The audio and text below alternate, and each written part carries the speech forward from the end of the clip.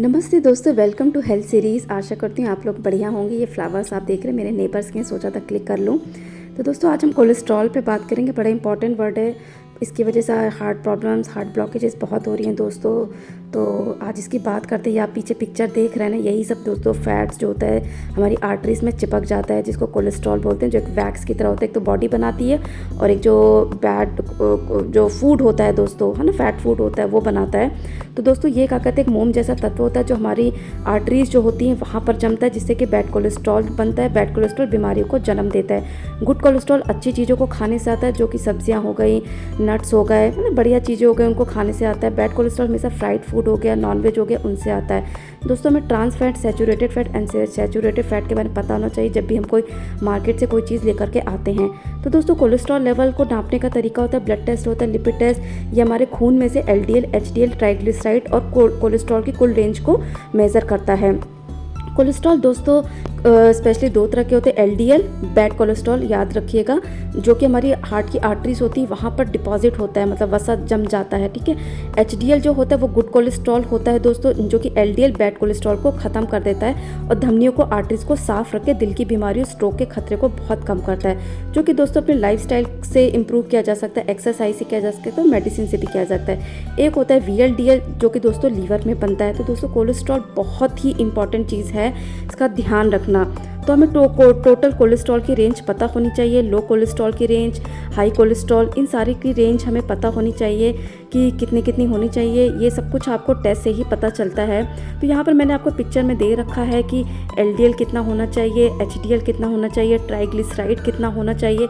इन ranges को दोस्तों आप ज़रूर ध्यान रखिए। एलडीएल हमेशा 100 से कम, एचडीएल 40 से ज़्यादा, ट्राइग्लिसराइड 150 से कम हमेशा होना चाहिए। नॉर्मल वैल्यूज़ होती हैं, इसका ध्यान रखना चाहिए दोस्तों, है ना। जब भी आप टेस्ट कराएं तो ये देखिए ऊपर नीचे है, तो उस हिसाब से अपने लाइफस्टाइल मैनेज कीजिए। तो उसमें यही है कि किसी को अगर हाई ब्लड प्रेशर है, डायबिटीज़ है, कोई धूम्रपान करता है, किसी का मोटापा बहुत ज़्यादा है, हाई ट्राइग्लिसराइड है, एज फैक्टर है दोस्तों। अब तो ये हर एज वालों लोगों को हो रहा है, क्योंकि आजकल का जो खान पान है, लाइफस्टाइल है दोस्तों, वो दिन ब दिन पुअर होती चली आ रही, जिससे दोस्तों कम एज में लोगों को हार्ट अटैक वगैरह हो रहे हैं।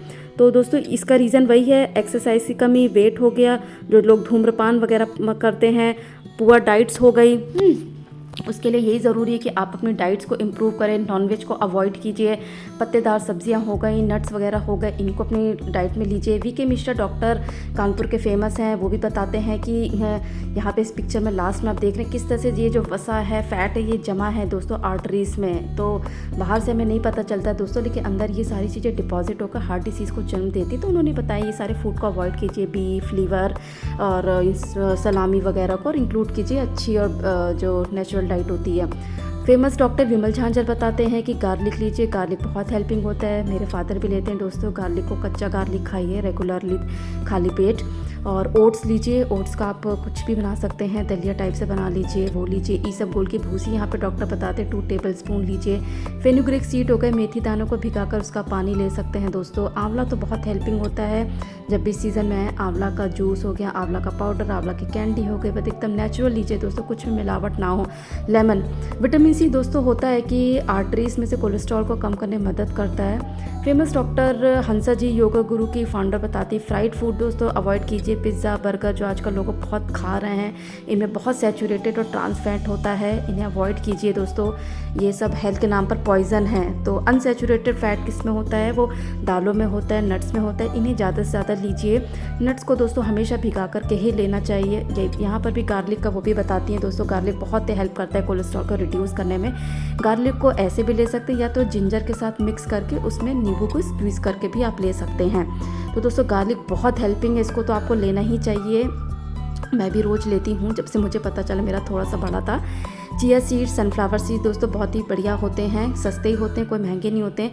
ये क्या कहते हैं, एलडीएल को कम करते हैं, बैड कोलेस्ट्रॉल को कम करते हैं। रेगुलर वॉक कीजिए 30 मिनट से 40 मिनट तक का, जो आपके एचडीएल को बढ़ाएगा। कार्डियोवैस्कुलर एक्सरसाइजेज हमेशा आपके एचडीएल को बढ़ाती हैं, गुड कोलेस्ट्रॉल को बढ़ाती हैं। जितनी भी प्रॉब्लम है दोस्तों लाइफ में, लेकिन एक्सरसाइज बहुत ज़रूरी चीज़ होती है जो ब्लड सर्कुलेशन को मैनेज करती है दोस्तों। ये है मेरे favourite YouTuber channel fit tuber. तो यहाँ पर इन्होंने 5 फूड्स के बारे में बताया। पहले उन्होंने हार्ट प्रॉब्लम के बारे में बताया, tiredness, shortness of breath, forgetting thing, cramp, pain in left side. तो दोस्तों यहाँ पर फिट्टी हुए भी हमें लहसुन के बारे में बताते हैं। लहसुन बहुत ही इफेक्टिव होता है, काफ़ी डिटेल वीडियो उन्होंने बताया था। तो दोस्तों लहसुन को तो मैं ज़रूर कहूँगी कि आप एक से शुरुआत कीजिए, धीरे धीरे 2 से बस कीजिए। 1 या 2 आप रेगुलरली खाली पेट लीजिए या पानी के साथ लीजिए, चबा चबा कर लीजिए, नहीं तो गल्प भी कर सकते हैं। 30 दिन बाद देखिए दोस्तों, फिर आप अपने उसका रिजल्ट ज़रूर देखेंगे अगर आप टेस्ट कराएंगे। पालक लीजिए, पालक में विटामिन मिनरल्स होते हैं। पालक बहुत ही बढ़िया चीज़ होती है, इसको सैलेड के फॉर्म में लीजिए या उसका सूप बनाकर लीजिए, जूस लीजिए उसका बनाकर। ओट्स बहुत हेल्पिंग होते हैं, इनमें सॉल्युबल फाइबर होता है। उसके साथ साथ दोस्तों आप राजमा और चना वगैरह होगा, ये भी बड़ी अच्छी चीज़ होती है। हम ये सब नहीं लेते हैं दोस्तों, लेकिन यही सब चीज़ें बहुत हेल्प करती हैं। उसके बाद आंवला के बारे में भी यहाँ विवेक बताते हैं। विटामिन सी एंटीऑक्सीडेंट होता है, ये हमारे कोलेस्ट्रॉल को क्लियर करता है, आर्टरी से करता है, ट्राइग्लिसराइड लेवल को कम करता है। तो दोस्तों आंवला की कोई भी फॉर्म को ज़रूर लीजिए, बहुत हेल्पिंग होता है। उसके बाद दोस्तों यहाँ पर वो बताते हैं देसी काऊ घी के बारे में। घी को लोग सोचते हैं कि बहुत सही चीज़ नहीं होती, लेकिन नहीं दोस्तों, प्राचीन काल से घी एक बहुत बढ़िया चीज़ होती है। अगर आपको A2 देसी काऊ घी मिल जाता है, 1 टेबलस्पून लेने में कोई बुराई नहीं है दोस्तों, बढ़िया होता है घी। जबकि आपको रिफाइंड ऑयल, फ्राइड फूड और प्रोसेस पैकेज फूड, इनको अवॉइड करना चाहिए दोस्तों। और ओमेगा 3 फूड्स बताए हैं, रोस्टेड फ्लैक्सीड हो गया, कोकोनट हो गया, सोप वॉलनट हो गया। तो दोस्तों ये सारी चीज़ें थी, सॉल्यूशन थे जिससे कि कोलेस्ट्रॉल को कंट्रोल कर सकते हैं। रेगुलर एक्सरसाइज लीजिए। मेरा रिकमेंडेशन अर्जुन छाल का भी है, इसका पाउडर मिलता है, सस्ता ही मिलता है, महंगा नहीं होता है, बढ़िया होता है। तो दोस्तों ये था कोलेस्ट्रॉल के बारे में, इसे ज़रूर जानिए, कम कीजिए, नेचुरल लाइफस्टाइल पर आइए, एक्सरसाइज कीजिए, स्ट्रेस मत लीजिए और दोस्तों अपना ध्यान रखिए। और कोलेस्ट्रॉल को ज़रूर जानिए, मैं यही बोलूँगी, इससे हार्ट की बीमारी से बच सकते हैं। तो दोस्तों नेक्स्ट टॉपिक पे अब मिलते हैं, तब तक के लिए थैंक यू दोस्तों, टेक केयर।